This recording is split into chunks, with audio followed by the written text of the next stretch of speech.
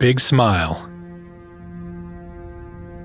MDMA is one of the most popular recreational psychoactives, most commonly sold as ecstasy, usually in tablets, or Molly, usually in crystals. It is known for its empathogenic, euphoric, and stimulant effects, and has also been used in psychotherapy.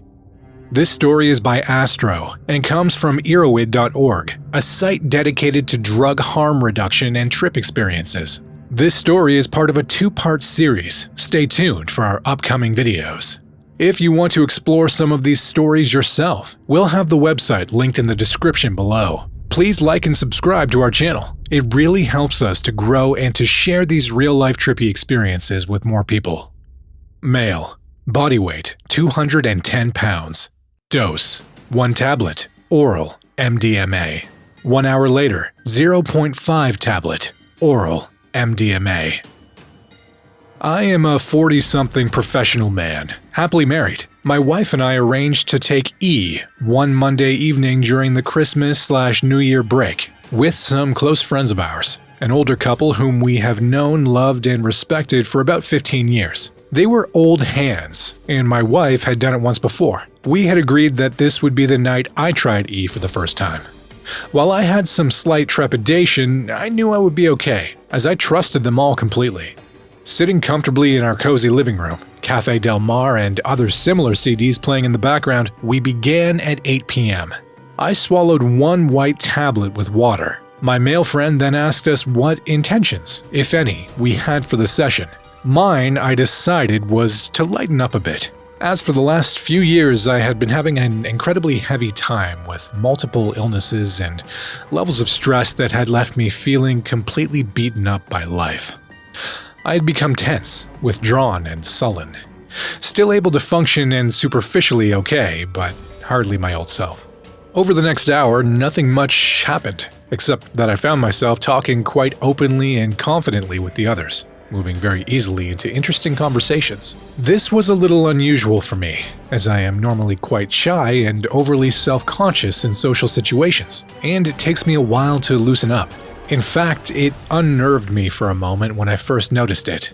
Is this really me talking? But I soon realized that nothing was coming out of my mouth that was in any way inconsistent with my intelligence or my best intentions, and that I was still very much in charge of myself. What had happened, I realized, was that my neurotic self-checking filters, the ones that have to inspect and approve everything I say before I say it several times over, had dropped away, creating a clear passage for my natural self-expression.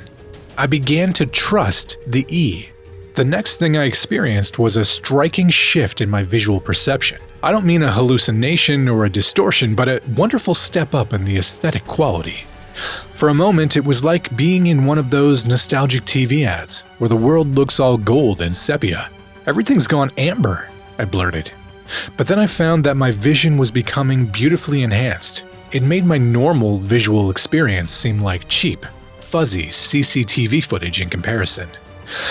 Now I was seeing the world anew in sharp, lush, top-quality Technicolor. I also began to feel very warm, flushed, and a faint sheen of sweat was now appearing on my face. Yet it was a surprisingly nice sensation, like the kind of cozy toasting you get as you sit in front of a log fire. Well, so far it was pleasant, but not much to write home about. On the 1 hour point, I was given a half-tablet top-up, this being judged appropriate by our more experienced friends. Very soon, things became much more interesting. I felt a new kind of energy frothing up inside of me, coursing through my body like champagne bubbles. It went far beyond those levels of energy I was used to occasionally getting from meditation. This was wonderful. And it felt so good. This is what they meant by being up.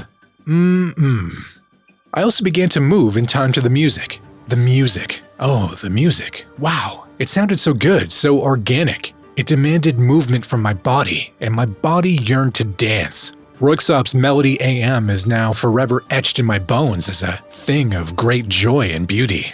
At this point, though, I became aware of a pressing sensation in my bladder. I could have just ignored it, but I was aware of the concerns with fluid management on E. So I decided to go upstairs for a pee.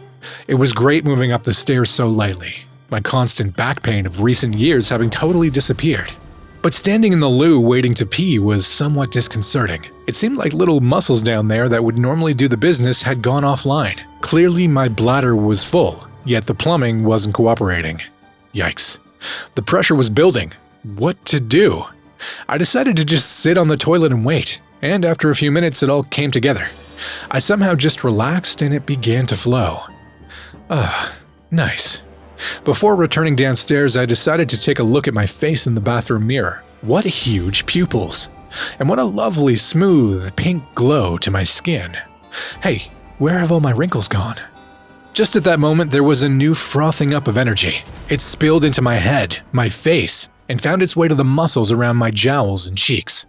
And then it made me do something which was strangely almost against my will. It was awakening nerve endings that seemed to have lain dormant for ages. It almost hurt as some inactive facial muscles stirred back into life, but here it came. I smiled.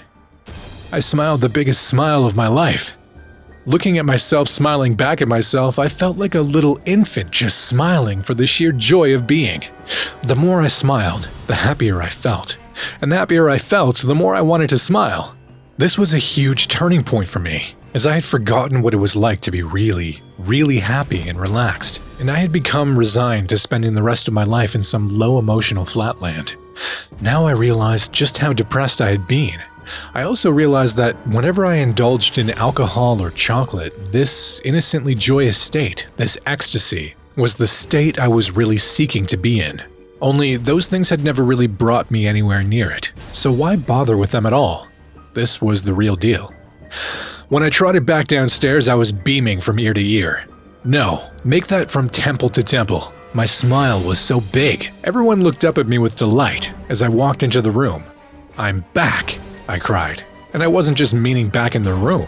We then went into a phase of enjoying closer contact with each other, having intimate conversations and embraces in different pairs. After a while of enjoying the words and hugs of my male friend, I felt a clear urge to make contact with my wife. It was she who had had to tolerate my depressed, withdrawn state for so long.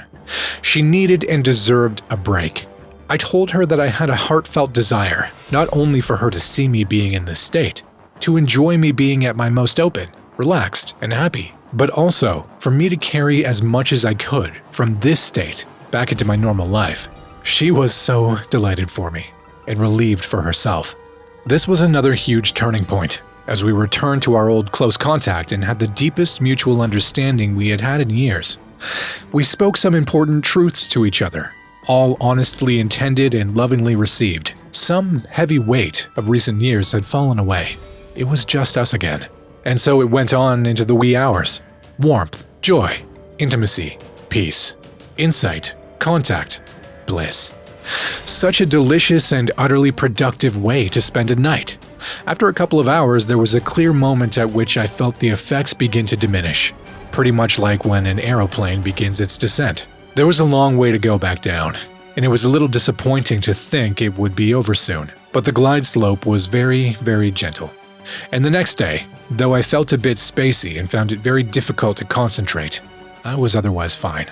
The uplifted state stayed with me and took a long time to fade, at least a couple of weeks. It had unleashed in me a rush of joy that was still accessible when I focused on it weeks later. That little tablet and a half helped me contact joy, revamp my relationship, recover my self-esteem, and have key insights into my stuff.